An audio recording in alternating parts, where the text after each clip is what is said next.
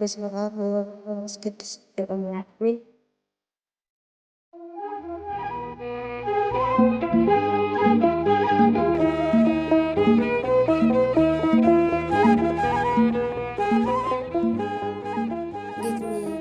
እምባሲራ እመብርሃዴ ሳሁኒ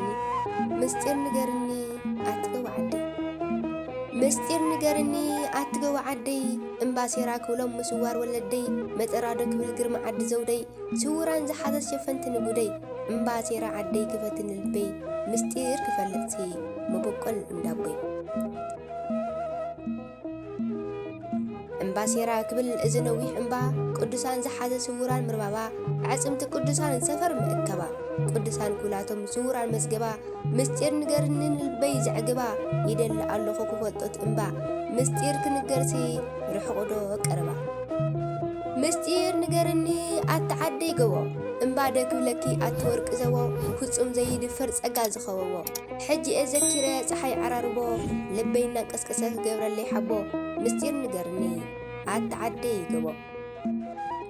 እምባ ደርሆ ክብል ማእኸል ዓዲ ኋላ ምስጢሩ ክፈልጥ ጻድቃን መበቆላ ኣቲ እምባ ዓደይ ኣነሲ ሓዝነላ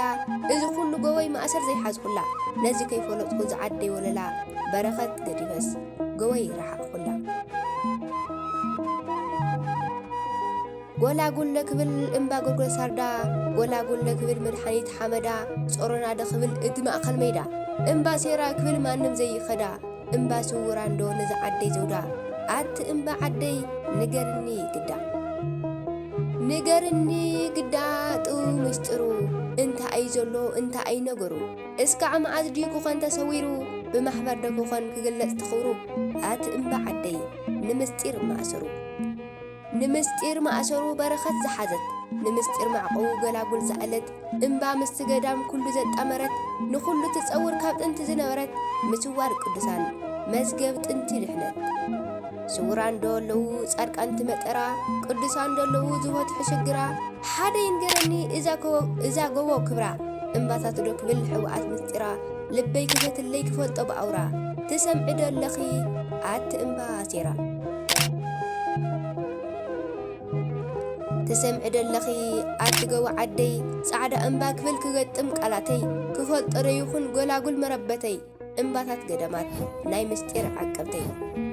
ትግዝዋ ዶ ክብል ማእኸል ጾሮና ዓዲ ሳርዳ ክብል መበቆል ንግስና ኣሽሓት ዘፍረየት ሓለውቲ ርስትና ግርማ ዓደይ ክብል ጎቦታት ዓድና ርእሲ እምባ ክብላ ካውኽለን ልዒላ ቅዱሳን ሰማዕቲ ኩሎም ዘዕርፉላ መዝገብ ቅዱሳና ዛጎወይ ወለላ ምስጢር ንገርኒ ብዘይሓልፍ ማሕላ መሰረተ ፍጥረት ሕመቐይ ኸዊላ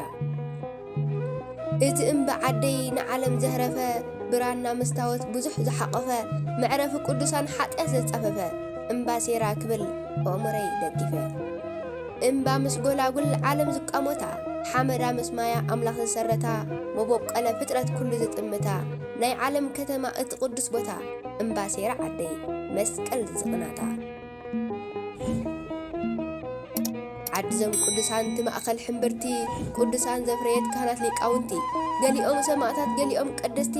ግርማ ዓደይ ክብል ብጽድቂ ሰለምቲ በለው ከለው ክብል መበቆል ንግስና እምባ ምስ ጎላጎል ክብርቲ ዓድና ምስጢር ዝዓቀበት ክብርቲ ተሃገርና ንኹሉ ክገልጾ ቃላት ምስ ምስገና እቲ እምባ ዓደይ ምስጢር ንገርና ንኹሉ ክገልጾ ቃላት ምስ ምድርና ኣቲ እምባ ዓደይ ምስጢር ንገርና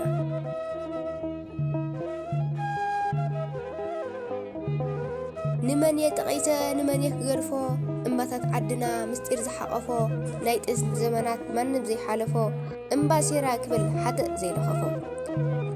ዘይለኸፎ ጨና ምኡዝ ዕጣን እምባ ምስ ገዳማት ዘብርሁ ከም ብርሃን ጸለይቲ ሰገድቲ ዝሓዘት ቅዱሳን እምባሲራ ክብላ ናይ ዝዓለም ክዳን እምባታት ዓድና ክፈልጦ ዶ ይኹን ምስጢር ዝነግረኒ ኣብ ልበይ ዝኽዘን ስብሐት ለእግዚአብሔር ሉል ወራይ ድንግል ወልመስቀል ክቡር ይታወቅ ባስ ሙሉ ዘራብና ተረክለው ሲግልሳት አሜን ምሒራ ከም ማሕበር መድኃኔ ዓለም ምስጋና ላደረሰ ለዚህ ቀን ይባቤ ለጠበቀን እስካሁን